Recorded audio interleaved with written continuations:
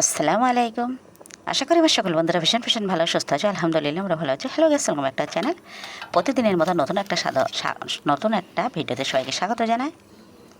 আমার নিউ সিরাজ ব্লগে সবাইকে ওয়েলকাম জানিয়ে আজকে ভিডিওটা শুরু করে দিচ্ছি। বন্ধুরা দেখতেই পাচ্ছ এখানে ভাত বসিয়ে দিয়েছি। আজকে হবে একেবারে পোড়া ভর্তা। তোমরা কী কী পোড়া ভর্তা পছন্দ করো অবশ্যই আমাকে জানাবে কমেন্ট করে। পোড়া ভর্তা বা সিদ্ধ ভর্তা সব কিছুতে কিন্তু আমার ভীষণই মজা লাগে খেতে। এই জন্য আমি মাঝে মাঝে তো একেবারেই ভর্তা বানিয়েই ফেলি। আজকে একেবারে পোড়া ভর্তা বানিয়ে ফেলবো। টমেটো ও বেগুনটা কীভাবে আমি পুড়িয়ে নিচ্ছি সেগুলো তোমরা দেখতে থেকে সাথে থাকো। শুরুতে একটা লাইক দেবে, একেবারে স্কিপ করবে না, ফুল ভিডিওটা ওয়াচ করে দেবে বন্ধুরা। প্রতিদিন আমার ভিডিও দেখে সুন্দর সুন্দর যেসব বন্ধুরা কমেন্ট করো তাদের জন্য রইল অসংখ্য অসংখ্য ভালোবাসা। যেসব বন্ধুরা কমেন্ট করো না, শুধুমাত্র ভিডিও দেখে চলে যাও, তাদের জন্য রইল অসংখ্য ভালোবাসা। সব কিছু জোগাড় করে নিয়ে একেবারে আমার এই মাটির ছোট্ট উনানে রান্না বসিয়ে দিলাম। আর সুন্দর সুন্দর ফুল গাছ ও ফুলের সমারোহ, তার মধ্যে বসে একটু একটু করে আমি রান্না বানিয়ে নিচ্ছি। তোমরা দেখতে থাকো বন্ধুরা। দেখতে দেখতেই ভাতটা আমার উতলিয়ে গেছে। ভাতটা আমি সাইডে নামিয়ে রেখে এখন আমি কি পুড়িয়ে নিচ্ছি দেখো ঝাঁঝরির মধ্যে। এখানে ঝাঁঝরির মধ্যে আমি নিয়েছি গোটা রসুন ছাড়িয়ে কোয়া, আর নিয়েছি দুটো শুকনো লঙ্কা, আর নিয়েছি দুটো বুলেট কাঁচা লঙ্কা।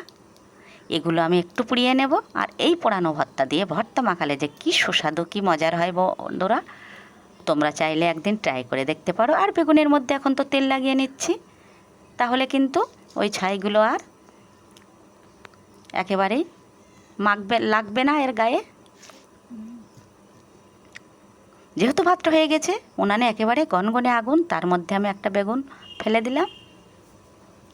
যেদিন হবে ভর্তা, পোড়া ভর্তা হোক আর সিদ্ধ ভর্তা হোক, সেদিন যে আমার কী আনন্দ হয় বন্ধুরা তোমাদের বোঝাতে পারবো না। আমার ভীষণ পছন্দের খাবার এটা, প্রায় দিন করে থাকি সব সময়। তো আর এই রেসিপিগুলো তোমাদের দেখানো হয় না, তাই আজকে ভাবলাম আবার একটু দেখিয়ে দিই। আর সামনে শীতকাল আসছে, ভর্তা তো অবশ্যই থাকবে। এই ভর্তাগুলো আমি কি কি দিয়ে বানাচ্ছি সেগুলো একটু দেখে নেবে বন্ধুরা।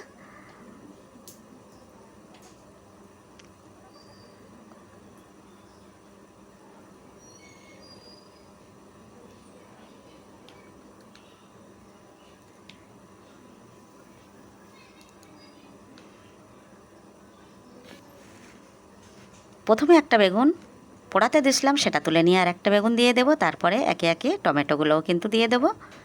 ঝাঁঝরিতে প্রথমে আমি বানিয়ে নিচ্ছিলাম টমেটোগুলো, কিন্তু একেবারেই হলো না।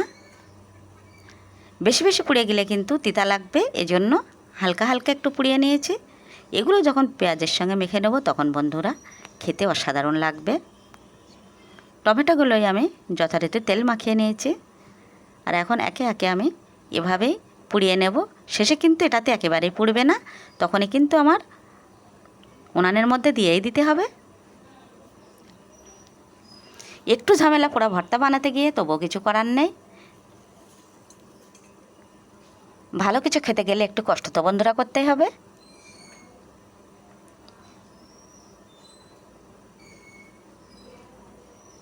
শীতের সময় ভর্তা মাখা এত এত ভালো লাগে কেন বলো তো বন্ধুরা? শীতের সময় তো সমস্ত সবজি একেবারে গমগম করে, আর শীতের সময় ধনে পাতাটা একেবারে অ্যাভেলেবেল থেকে যায়। আর সেই জন্য সমস্ত ভর্তায় ধনে পাতা দিলে তো তার জবাব নেই।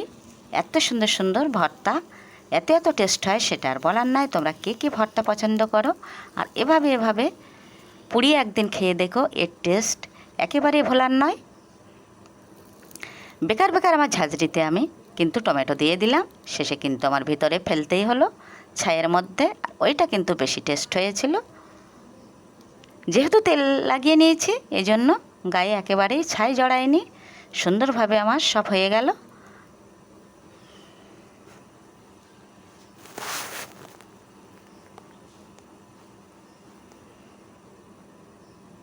কাঠের উনুনে এগুলো, কাঠের জালে মাটির উনানে বানালে কিন্তু টেস্ট বেশি হয়। এখন তো দেখতেই পাচ্ছি বন্ধুরা সচরাচর সবাই গ্যাসের চুলায় বানিয়ে নিচ্ছে, কিন্তু ওগুলোর চাইতে এইটা বানিয়ে নিলে কিন্তু বেশি মজার হয়।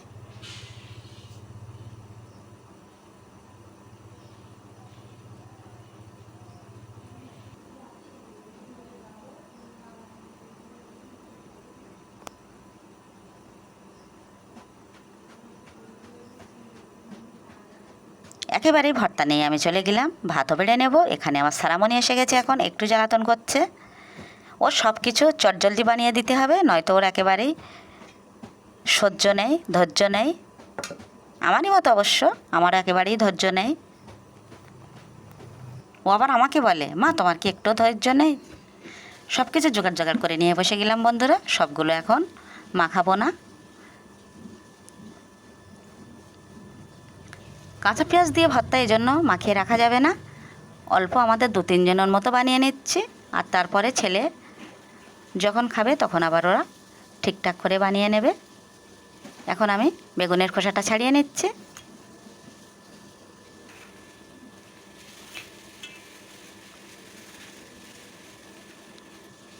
টমেটোটাও আমি এর সঙ্গে দেবো ভেবেছিলাম, কিন্তু এত জ্বালাতন করছে সারা আফরিন, আমি ওটাও তুলে রেখে দিলাম।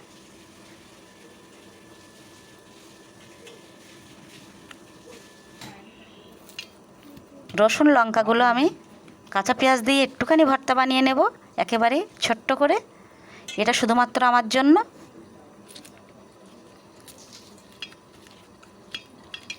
ওটা সাইড করে রেখে এখন বেগুনটা আমি মাখিয়ে নেব। এত তাড়াতাড়ি যে মাখিয়েছি বন্ধুরা, তোমাদের সঙ্গে কি বলবো।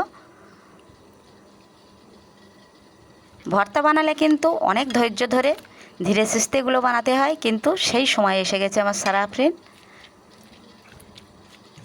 কাঁচা পেঁয়াজ দিয়ে বেগুনটা আমি সুন্দর করে মেখে নিচ্ছি। বেগুনটা কিন্তু অনেকটাই বড় ছিল বন্ধুরা, ক্যামেরাতে এতটা বড় আসছে না। সারা আফরিন আমার হাতে এখন কাঁচা সরিষার তেল দিয়ে দিচ্ছে। এখন আমাদের খাঁটি সরিষার তেল তো ফুরিয়ে গেছে, এই জন্য মশলাটাই ব্যবহার করছি। এতটাও খেতে ভালো না, তবু কিছু করার নেই। শেষে একটু ধনিয়া পাতা দিয়ে নিলাম।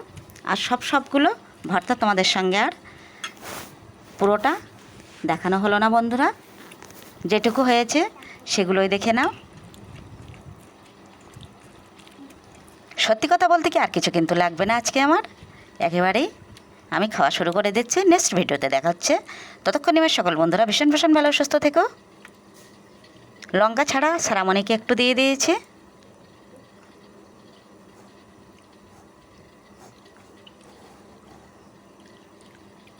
যদি হয় ভর্তা, তাহলে তো আমার আর কিছুই লাগবে না। এত সুন্দর মজা হয়েছিল, সেটা তোমাদের সাথে বলবো কি। তাহলে বন্ধুরা ভিডিওটা শেষ করছি। আল্লাহ হাফেজ।